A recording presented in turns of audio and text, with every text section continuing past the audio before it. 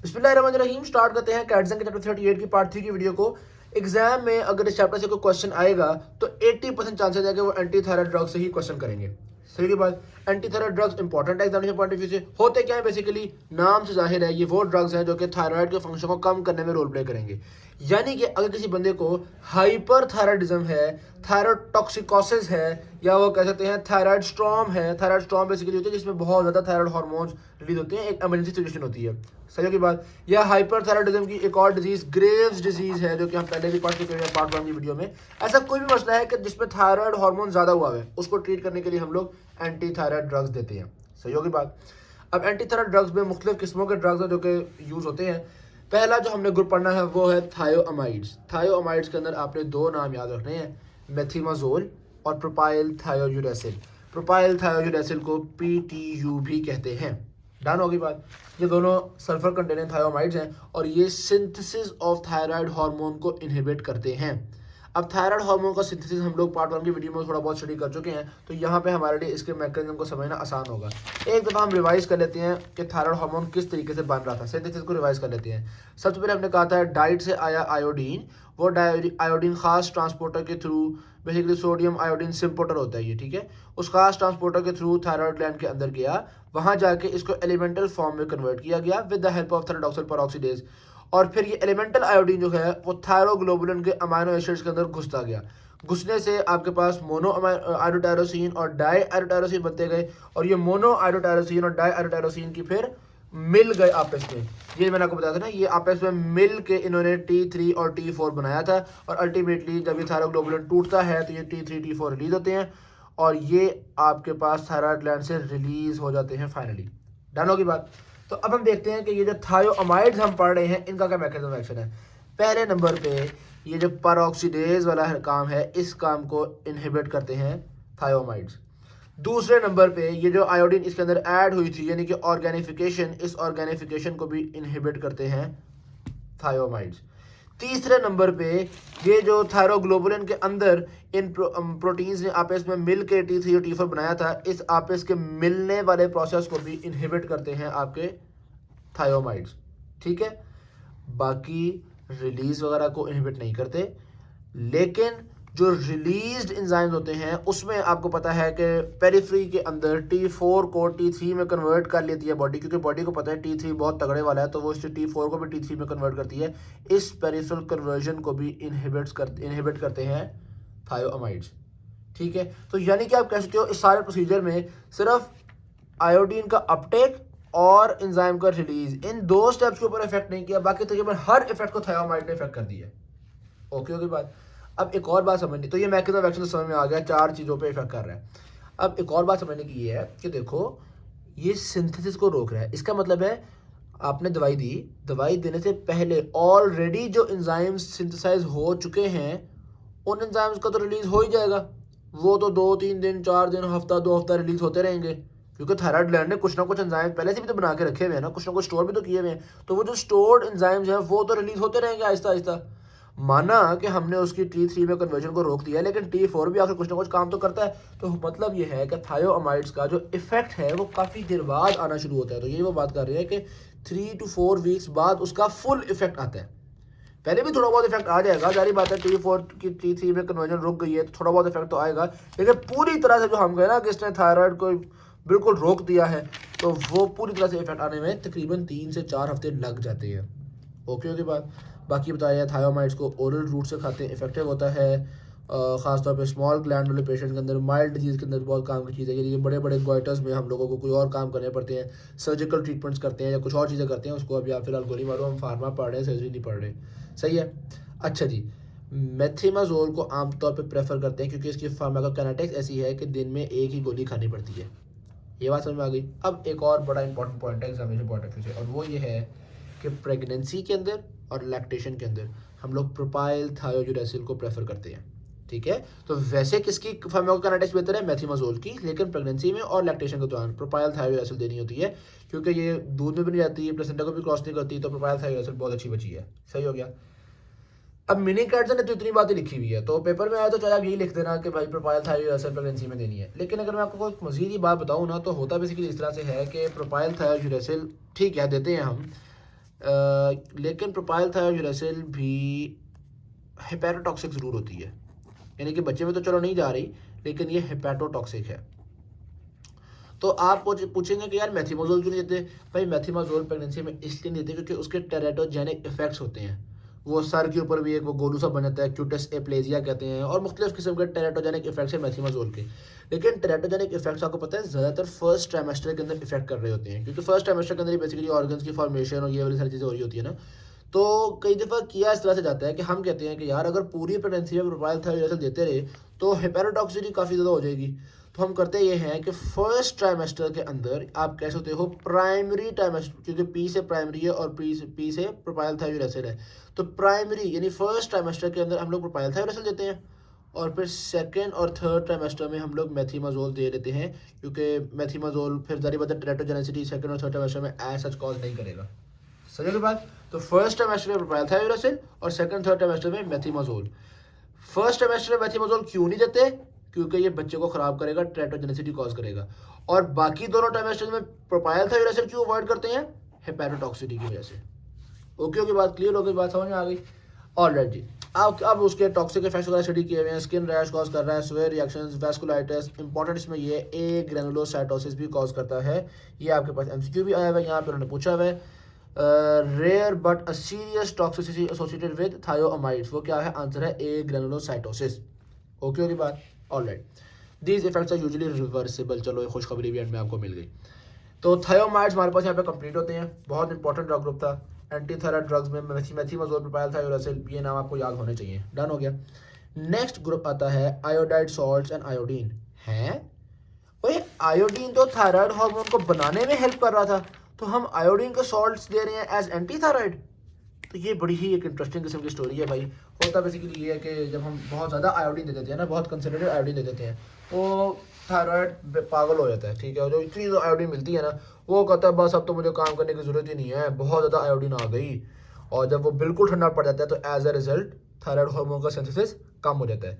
तो ये बड़ी अजीब सी बात है कि although iodine is involve in the synthesis of thyroid hormone, लेकिन अचानक बहुत ज़्यादा आयोडीन देने से thyroid hormone inhibit, thyroid gland inhibit हो जाता है।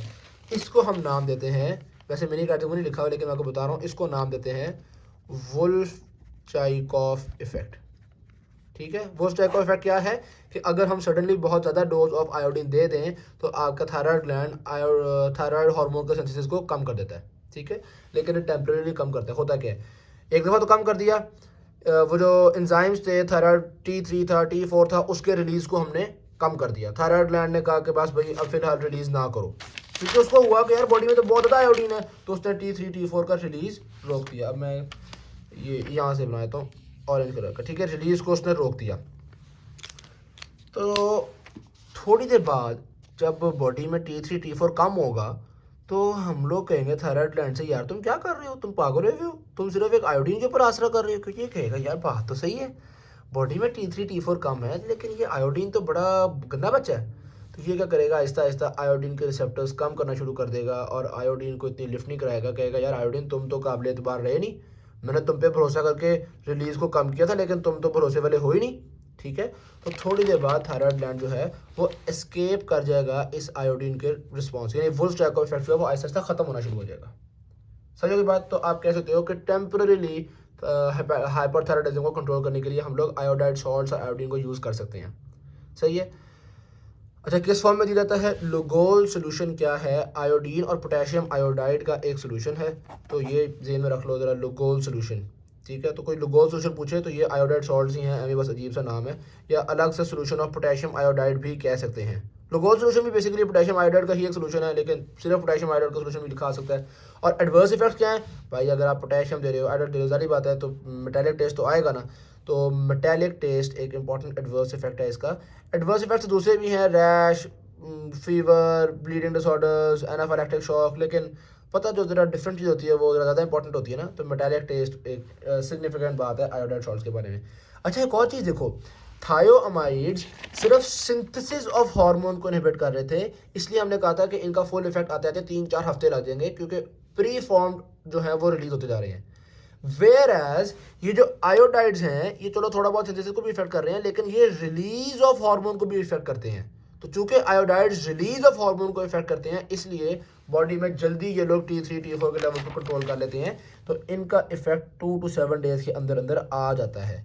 ठीक है, तो iodide salts release of hormone को इफेक्ट कर रहे हैं, इसलिए इनका जल्दी असर आएगा बॉडी पे, वेयर एज ये रिलीज ऑफ हार्मोन को इफेक्ट नहीं करते, इसलिए इनको पूरी तरह असरअंदाज होते होते 3 to 4 वीक्स लग जाते हैं।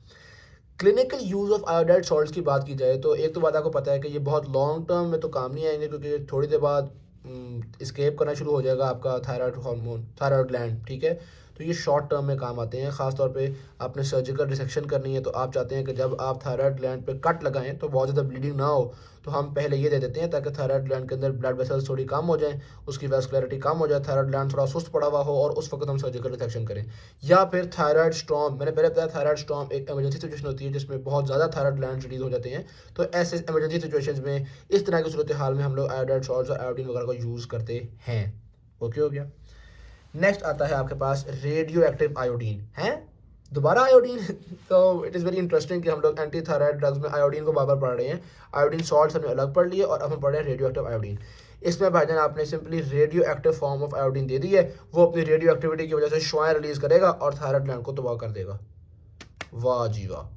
लेकिन आप एक बात सोचोगे कि भाई आपने एक रेडियो एक्टिव सब्सटेंस बंदे को दे दिया है तो वो तो पूरी बॉडी का बेड़ा गर्क कर देगा, लेकिन नहीं, थायराइड जो है ना वो कहता है पूरी बॉडी में सबसे ज़्यादा आयोडीन मुझे चाहिए, इसलिए जहाँ जहाँ पे आयोडीन है मेरे पास ले आओ, मेरे पास ले आओ, मेरे पास ले आओ। और हमने इसकी इसी मक्कारी का इस्तेमाल किया है। हम कहते हैं हम रेडियो एक्टिव आयोडीन देंगे, लै पुत्र अब देख होगा क्या। रेडियो एक्टिव आयोडीन दिया, खतरनाक किस्म का आयोडीन दे दिया, थायराइड ग्लैंड कहेगा सारा आयोडीन मेरे पास भेजो, सारा आयोडीन में, तो ये radio active iodine thyroid gland के अंदर जमा हो जाएगा, बाकी बॉडी बच गई, थायराइड ग्लैंड बेड़ा गर्क हो गया उसका। ओके होगी बात। तो थायराइड ग्लैंड के अंदर खास तौर पे ये जाके इफेक्ट करेगा। तो यही बात कर रहे हैं, concentrated thyroid gland avidly that a dose large enough to severely damage the gland can be given without endangering other tissues. एक ऐसी डोज जो कि थायराइड ग्लैंड को तो सवेरे डैमेज कर दिया लेकिन बाकी टिश्यू बच गए। तो ये भाईजान एक बहुत अच्छी चीज़ है। बाकी दोनों जो थे वो कोई पक्का हल नहीं थे, आपको मुस्तकिल दवाई देनी पड़ेगी, और इसमें तो चाहे मुस्तकिल दे भी दो फिर भी थायराइड ग्लैंड एस्केप कर जाता था। लेकिन ये जो है ये थायराइड ग्लैंड को परमानेंटली डैमेज करता है, तो ये थायरोटॉक्सिकोसिस का एक परमानेंट क्योर है। लेकिन यही बात है, बड़ी खतरनाक चीज़ है रेडियो एक्टिव आयोडीन, तो इसलिए आप प्रेग्नेंट फीमेल्स वगैरह को ना दो। प्रेग्नेंट फीमेल्स को क्या देना है, प्रोपाइल थायोरेसिल, सही है। बाकी मैंने आपको बताया सेकंड थर्ड ट्राइमेस्टर में मेथिमोजोल भी चलता है, लेकिन मिनी कार्ड में नहीं बातें लिखी हुई, सही है। तो ये बहुत जिसने इम्प्रेस करना हो ना वो ऐसी बात करे बस, वरना बस यही बताना कि हाँ जी मैडम प्रेगनेंसी में प्रोपाइल थायोरेसिल देते हैं, अल्लाह खैरी सल्लाह। All right. अगर वैसे जनरली आपसे पूछा जाए ना कि प्रेगनेंसी में कौन सा देंगे, तो आंसर आपने प्रोपाइल थायोरेसिल ही करना है। बहुत कम एमसीक्यूज होंगे जिसमें वो आपको ट्राइमेस्टर्स के हिसाब से बात करेंगे। ओके हो गया। नेक्स्ट आता है आपके पास एनाइन इनहिबिटर्स। भाईजान ये ऐसे हैं कि इन्होंने देखा कि अच्छा अगर ये ट्रांसपोर्टर आयोडीन का इंटेक कर रहा है तो हम एक ऐसे एनाइंस देंगे जो कि इस ट्रांसपोर्टर को वे आयोडीन का कंपटीशन करें। तो जाहिर बात है जब ये एनाइंस खुद एब्जॉर्ब होना शुरू हो जाएंगे तो फिर आयोडीन बेचारा तो निगलेक्ट हो जाएगा ना, तो ये एनाइंस खुद एब्जॉर्ब होना शुरू होते हैं। आपके लोग कॉम्पिटिटिवली इनहिबिट करते हैं आयोडीन की एब्जॉर्प्शन को, सही होगी बात। लेकिन इनकी इफेक्टिवनेस का खास हमें पता नहीं है, थोड़ी अनप्रेडिक्टेबल सी इफेक्टिवनेस है, और बाज़ औक़ात ये एप्लास्टिक एनीमिया कॉज कर सकते हैं, तो इसलिए क्लिनिकली हम इनको थोड़ा कम ही यूज़ करते हैं। डन हो गया। नेक्स्ट आते हैं अदर ड्रग्स की तरफ। अच्छा यार ये जो है ना कम अज़ कम आपको नाम तो इसके ज़रूर याना चाहिए ना, यानी कि अगर पूरा चैप्टर छोड़ रहे हो ना तो कम अज़ कम एंटी थायराइड ड्रग्स के नाम याद कर लेना, methimazole, propyl thiouracil, iodide salts, radio active iodine, anion inhibitors और प्रोपेनोलॉल वगैरह, सही होगी बात। और थोड़ा सा ये इनका जो डिफरेंस है ना मेथिमोजोल प्रोपाइल थायोरेसिल का, ये भी थोड़ा सा करना कि भाई कौन सा प्रेगनेंसी में दे रहे थे, कौन सा फार्माकोकाइनेटिक्स के हिसाब से ज़्यादा बेहतर है, तो थोड़ी सी ये बातें कर लेना यार। डन हो गया। आते हैं जी अदर ड्रग्स की तरफ। ये जो मैं थोड़ा सा वाली बातें कर रहा हूँ ना ये उनके लिए कर रहा हूँ क्योंकि बिल्कुल टाइम खत्म हुआ पड़ा है और बस छोड़ने लगे हैं चैप्टर, तो उनको आखिरी लास्ट डिच स्टैंड है ये हमारा, सही है। ये ना हो कि अच्छे वाले पढ़ने वाले भी ये काम मेरे मतलब शॉर्टकट्स पे आ जाएं। ऑल राइट, अब आते हैं अदर ड्रग्स की तरफ। भाईजान बीटा ब्लॉकर्स भी यूज़ किए जा सकते हैं थायरोटॉक्सिकोसिस को ट्रीट करने के लिए।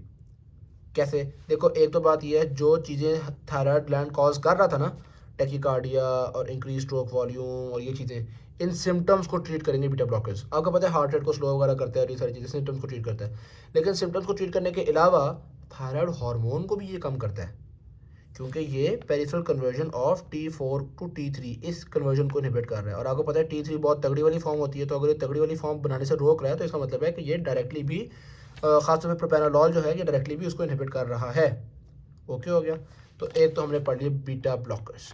नेक्स्ट चीज़ आती है आपके पास एंटी अरिथमिक ड्रग जिसका नाम है एम्यूडारोन।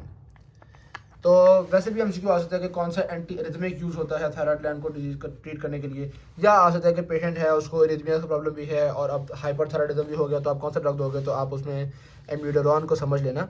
एम्यूडारोन भी पेरिफेरल कन्वर्जन को इनहिबिट करता है T4 to T3। अच्छा, एम्यूडारोन बड़ी एक इंटरेस्टिंग किस्म की चीज़ है, चूँकि बजाते खुद एम्यूडारोन के अंदर आयोडीन होती है, तो उन्होंने लिखा हुआ है it is an iodine containing anti arrhythmic drug.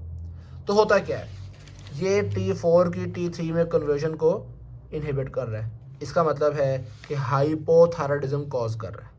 तो बिल्कुल बात ठीक है, T4 ये इसका एक इफ़ेक्ट ये हो गया कि T4 को T3 में कन्वर्ट नहीं होने दिया, हाइपोथायराइडिज्म कॉज कर दिया। लेकिन दूसरा इफेक्ट भी है, क्योंकि कभी कभी होता ये है कि ये चूँकि इसके अपने अंदर आयोडीन है, जब ये टूटेगा मेटाबोलाइज होगा तो ये आयोडीन तो रिलीज होगी, ठीक है। असूली तौर पर तो बॉडी को मेंटेन करना चाहिए अपना मैकेनिज्म कि जितनी मर्जी आयोडीन आ जाए, ज़्यादा T3 T4 ना प्रोड्यूस किया जाए। लेकिन अगर थायराइड ग्लैंड का दिमाग ख़राब हुआ ऑलरेडी कोई डिजीज़ हुई थायराइड की, जिस तरह मल्टीनोड्यूलर गॉइटर होता है, ये लिखा हुआ है मल्टीनोड्यूलर गॉइटर हुआ, तो ऐसे बंदे में उस एक्स्ट्रा आयोडीन का फ़ायदा उठाते हुए ज़्यादा ही बनना शुरू हो जाएगा थायराइड हार्मोन। तो ये चूँकि आयोडीन कंटेनिंग है, तो इसलिए आयोडीन इंड्यूस्ड मसला बन सकता है जिसमें हाइपरथायराइडिज्म हो जाएगा, ठीक है। तो ये हाइपरथायराइडिज्म भी कॉज कर सकता है। ये पूरा एक टॉपिक है जिसको एम्यूडारोन इंड्यूस्ड हाइपरथायराइडिज्म कहते हैं, ठीक है। और एक और बात भी है, ये एम्यूडारोन थायराइड ग्लैंड को डिस्ट्रॉय कर सकता है, थोड़ा डैमेज कर सकता है, साइटोकाइंस का रिलीज करवा सकता है, जिसकी वजह से थायराइड ग्लैंड के अंदर जितने भी हार्मोन्स, जितना भी थायराइड हार्मोन जमा हुआ था वो रिलीज होना शुरू हो जाएगा, थायराइड ग्लैंड से लीक होना शुरू हो जाएगा, ठीक है। तो यानी कि इन्फ्लेमेशन की वजह से भी ये हाइपरथायराइडिज्म कॉज कर सकता है। तो एम्यूडारोन हर तरह का काम कर सकता है, ठीक है। हम लोग इसको क्लिनिकली यूज़ करते हैं ख़ास सिचुएशंस में, और साथ साथ मॉनिटर करते रहते हैं, ठीक है। कभी कभी अगर हाइपरथायराइडिज्म हुआ है, हम एम्यूडारोन दे रहे हैं, तो साथ हम मॉनिटर करते रहते हैं कि यार कहीं दूसरे वाले मसले ना होना शुरू हो जाए। अगर इन्फ्लेमेशन वाला, तो मतलब मॉनिटरिंग ज़रूरी होती है, बड़ी एहतियात से आपने देना है। अच्छा, अब अगर एम्यूडारोन दिया है और उसके ये वाले इफेक्ट्स आना शुरू हो गए हैं, इसको रिवर्स कैसे करें भाई? अगर तो हाइपोथायराइडिज्म हो गया है एम्यूडारोन की वजह से, तो उसके लिए तो आप सिंपली थायराइड हार्मोन दे दोगे, जो आपने पढ़ा था लीवोथायरॉक्सिन वगैरह, ठीक है। यहाँ पे लिखा है उन्होंने थायराइड हार्मोन दे दो। अगर एम्यूडारोन इंड्यूस हाइपरथायराइडिज्म होना शुरू हो गई है, तो हम सोचेंगे किस कॉज से हो रही है। अगर तो इन्फ्लेमेशन की वजह से हो रही है, तो हम लोग एंटी इन्फ्लेमेटरी दे देंगे, और आपको पता है इन्फ्लेमेशन को कॉर्टिकोस्टेरॉइड्स बहुत अच्छे से रोकते हैं, ठीक है। तो स्टेरॉइड्स देना शुरू कर देंगे कि भाई इन्फ्लेमेशन कंट्रोल हो, हाइपरथायराइडिज्म कंट्रोल हो।